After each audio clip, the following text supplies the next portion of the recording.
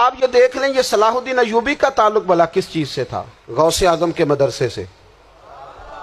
حضور غوث اعظم کے مریدوں کی جماعت اس کے ساتھ شامل تھی۔ کون لوگ تھے جنہوں نے مدارس سے فیض پایا؟ رازی اور غزالی، حضور غوث اعظم، خواجہ اجمیر، یہ سب لوگ مدارس کے لوگ ہیں۔ کمزوریاں ہیں، غلطیاں ہیں، بہت ساری چیزوں کی اصلاح کی ضرورت ہے، لیکن یہ دین کا بہت بڑا قلعہ ہوتا ہے مدرسہ، لیکن اس کی مخالفت کی جاتی ہے۔ مجھے بتائیے، اگر مدرسوں میں کمزوریاں ہیں تو کالجوں یونیورسٹیوں میں نہیں ہیں؟ ہم نے کبھی مخالفت کی ہے بند کر دو سارے؟ لیکن لوگوں کا جب خیال آتا ہے، جب ہمارے سابقہ وزیر صاحب تھے سر راہ، کسی دعوت میں میری ان سے ملاقات ہو گئی تو انہوں نے کہا مدرسوں کا کردار کیا ہے آج کے ماحول میں؟ میں نے انہیں کہا کہ مختلف کورسز آپ کراتے ہیں نا، تو اس کے لیے پھر مختلف ویکینسیز ہوتی ہیں، جہاں بچوں کو مدرسے کا کورس کرایا جاتا ہے تو استاد بننا ہوتا ہے، اس نے خطیب بننا ہوتا ہے، مسجد کی ڈیوٹی کرنی ہوتی ہے۔ میں نے کہا آپ بالکل کوئی حکومت سرپرستی نہیں کرتی، لیکن اللہ کا فضل ہے، کبھی آپ نے حکومت سے سنی ہے جس میں جمعے والے دن مولوی نہ ملا ہو جمعہ پڑھانے کے لیے؟ کبھی آپ کو رمضان میں ایسی مسجد ملی ہے جس میں قرآن مجید سنانے کے لیے حافظ نہ ملا ہو؟ یہ ہو سکتا ہے کسی حافظ کو مسجد نہ ملے۔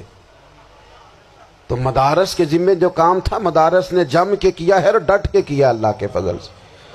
اور مدارس کے لوگوں کو بھی کمزور نہیں پڑنا چاہیے، کبھی کسی وزیر مشیر مالدار کے روب میں نہیں آنا چاہیے، قطعاً نہیں۔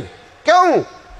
کہ یہ وہ عظیم لوگ ہیں رسول اللہ صلی اللہ علیہ وسلم کے دین کے غلام، کہ ابھی ایک لفظ نہیں پڑا ہوتا الف با تا سا، پہلے دن گھر سے نکلتے ہیں تو حضور فرماتے ہیں اللہ کے فرشتے ان کے پیروں کے نیچے پر بچھا بھی دیتے ہیں، پہلے دن اتنا بڑا اعزاز ملتا ہے۔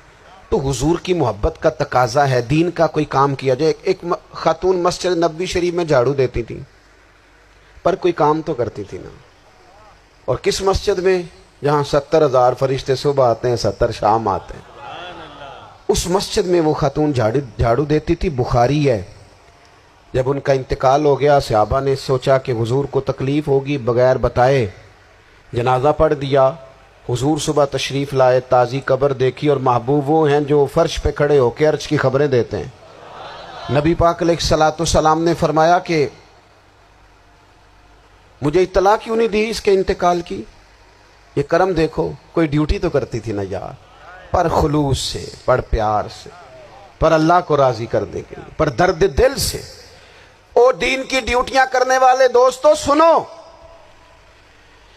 حضور صبح آئے، قبر کو دیکھ کر فرمایا مجھے کیوں نہیں بتایا؟ یا رسول اللہ آپ کو تکلیف دینا مناسب نہ جانا؟ تو قبر پہ کھڑے ہو کے حضور نے فرمایا صف بناؤ، میں دوبارہ جنازہ پڑھاؤں گا، صف بناؤ میں دوبارہ جنازہ پڑھاؤں گا۔ کوئی ڈیوٹی تو۔ تیسرا تقاضا حضور کی محبت کا، سمجھو میں بس بڑی جلدی بات سمیٹنے لگا ہوں۔ حضور کی امت سے پیار کرو، یہ نبی پاک کی محبت کا تقاضا ہے۔ حضور اس بندے سے بڑے راضی ہوتے ہیں جو حضور کی امت سے پیار کرتا ہے۔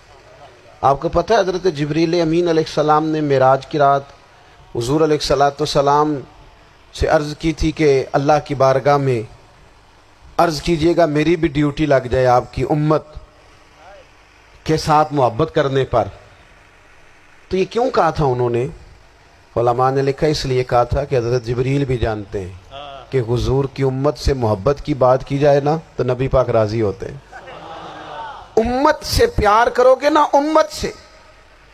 ایک صرف بات کا خیال رکھنا، عقیدہ برا ہو تو بات دوسری ہے، ورنہ میرے محبوب کی امت کا ایک ایک شخص جو مدینے والے کا کلمہ پڑھتا ہے، جو حضور کا غلام ہے، اس کے بارے میں اپنے دل میں گنجائش رکھنا، پیار رکھنا، وارفتگی رکھنا۔